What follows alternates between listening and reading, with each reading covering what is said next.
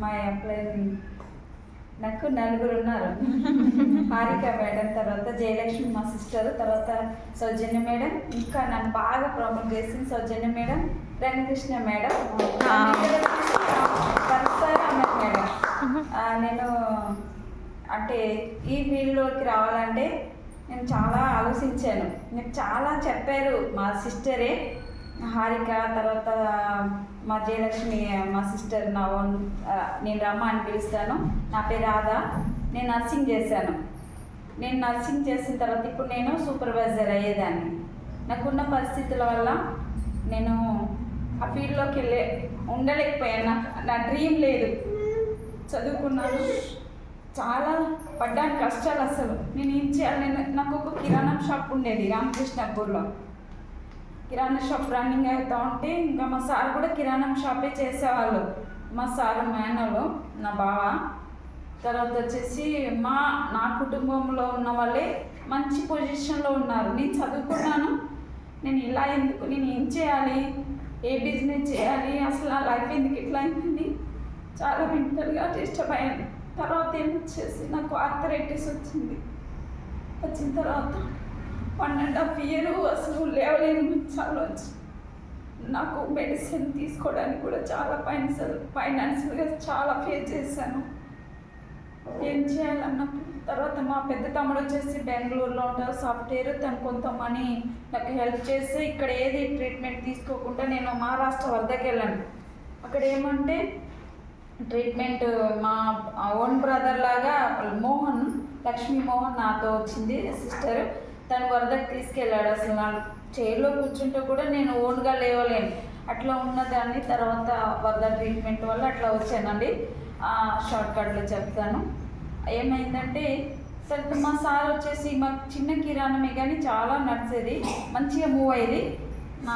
నేను బాగా మాట్లాడేదాన్ని ఇంగ్లీష్లో. అట్లా నేను తెలుగు మీడియం అయినప్పటికీ చాలా చాలా నర్సింగ్ చేసినప్పుడు నేను మంచి సబ్జెక్ట్ అంటే నేను సోషల్ వెల్ఫేర్గా చేశాను.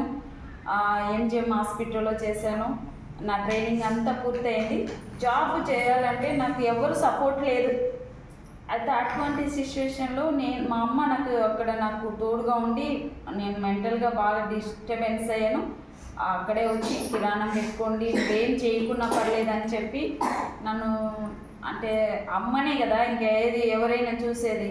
నాన్న చాలా సింగరేజ్ జాబ్ చేసినా నాకు ఎటువంటి ఫేవర్ చేయలేదు.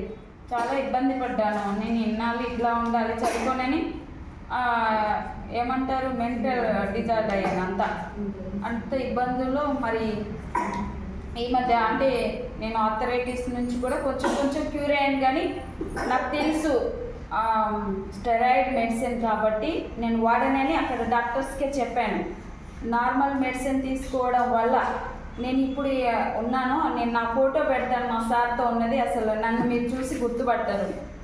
అయితే నేను ఏం చెప్తున్నానంటే వెస్టేజ్ ఎలా పరిచయం అయిందంటే హారిక మేడము, జయలక్ష్మి మేడం వచ్చి మా సార్కి, ఆయన ఇంటర్మీడియట్ చదివాడు, ఆయన కూడా ఏం జాబ్ లేదా, చిన్న కిరాణం కొట్టు చూసుకుంటూ ఉన్నాను.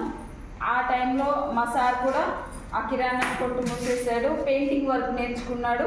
మొత్తం ఆల్ పెయింట్ వరకు వస్తారు దానికి. ఈ పెద్దపల్లి, గోదావరికని, సుల్తానాబాద్ ఆయా ప్రాంతాలకు వెళ్ళి వర్క్ చేసేవాడు. ఆ టైంలో నేను మా మామ అత్త వాళ్ళని కూడా నేను ఇట్లా ఉండి కూడా వాళ్ళని చూసుకున్నాను, పేరెంట్స్ చూసుకున్నాను. ఈ సమయంలో నాకు వెస్టేజీ తెలిసింది. మరి మా సార్కి ఇట్లా పెయింట్ వేయడం వల్ల సర్వికల్ ప్రాబ్లం అయింది. అయితే ఇది 30,000 ఖర్చు పెట్టాడు. అసలు ఫిజియోథెరపీ కూడా చేయించుకున్నాడు. అన్నీ యాంటీబయాటిక్ తీసుకొని వచ్చాడు. వచ్చిన తర్వాత యాంటీబయాటిక్ వేసుకోవడం వల్ల తనకి మగతగా ఉండేది, అంటే నిద్ర వస్తుంది కదా, అట్లా పడుకున్నాడు. నెక్స్ట్ డే ఒకవేళ వేసుకోకపోతే చాలా పెయిన్ అనుభవించాడు. అంటే తనకి ఎటువంటి సిక్నెస్ లేకుండా అంతకుముందు ఇంకెక్కువ హార్డ్ వర్క్ చేయడం ద్వారా అట్లా వచ్చింది. వచ్చిన తర్వాత 30,000 ఖర్చు అయినా తగ్గలేదు కదా, ఇంకో సవాల్గా చూడండి, ఇవి వాడండి, తగ్గితేనే దీంట్లోకి నువ్వు రాక చూడండి అని చెప్తే సప్లీలు అంటే అంతకుముందు మనకి డ్రగ్స్ తెలిసే ఇంగ్లీష్, అలోపతి, హోమియోపతి ఇవన్నీ తెలుసు నాకు. ఈ వెస్టేజ్లో ఇవి సప్లీలు అనడం ఇదంతా కొత్తగా ఉంది. వెస్టేజ్ అని వినడం కూడా కొత్తగానే ఉంది. అట్లా నేను వెస్టేజ్లో తనకి సప్లీలు తనకి వాడడం మొదలుపెట్టాను. 15 డేస్లోనే తెలిసిపోయింది తనకి.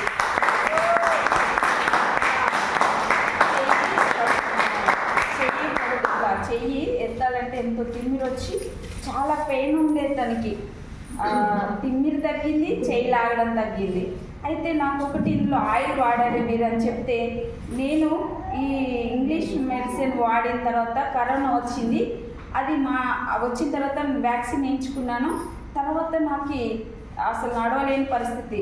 హైదరాబాద్కి వెళ్ళి యశోద హాస్పిటల్ కూడా వెళ్ళాను. వెళ్ళిన తర్వాత నాకు ఇంగ్లీష్ మెడిసిన్, అలోపతి అస్సలే పని చేయలేదు.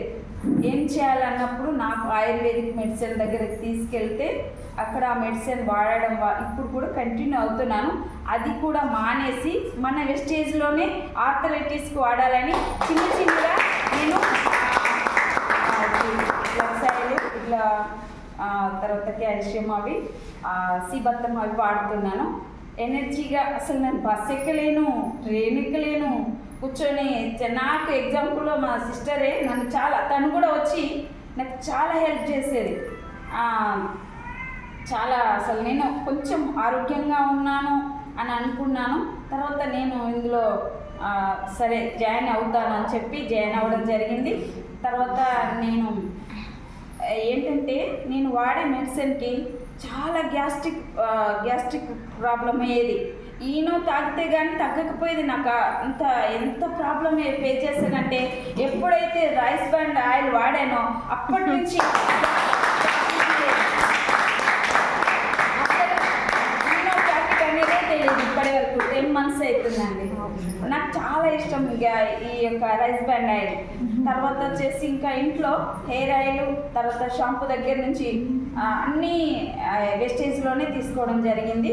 మా సార్ ఇంకా అంటే ఫ్లెక్స్ ఆయిల్ అవి వాడడం వల్ల చాలా మంచిది. అంటే తను కూడా చెప్తున్నాడు, ఎవరికి ఏం చెప్తున్నాడంటే, నాకు ఈ ప్రాబ్లం తగ్గింది, సర్వికల్ ప్రాబ్లం, మీరు కూడా వాడండి.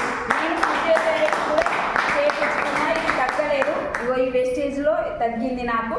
నేను మా భార్య ఇద్దరము దీని గురించి చెప్తున్నాము, మీరు కూడా ఇంట్రెస్ట్ ఉంటే చెయ్యండి అని అందరికీ చెప్తున్నాడు.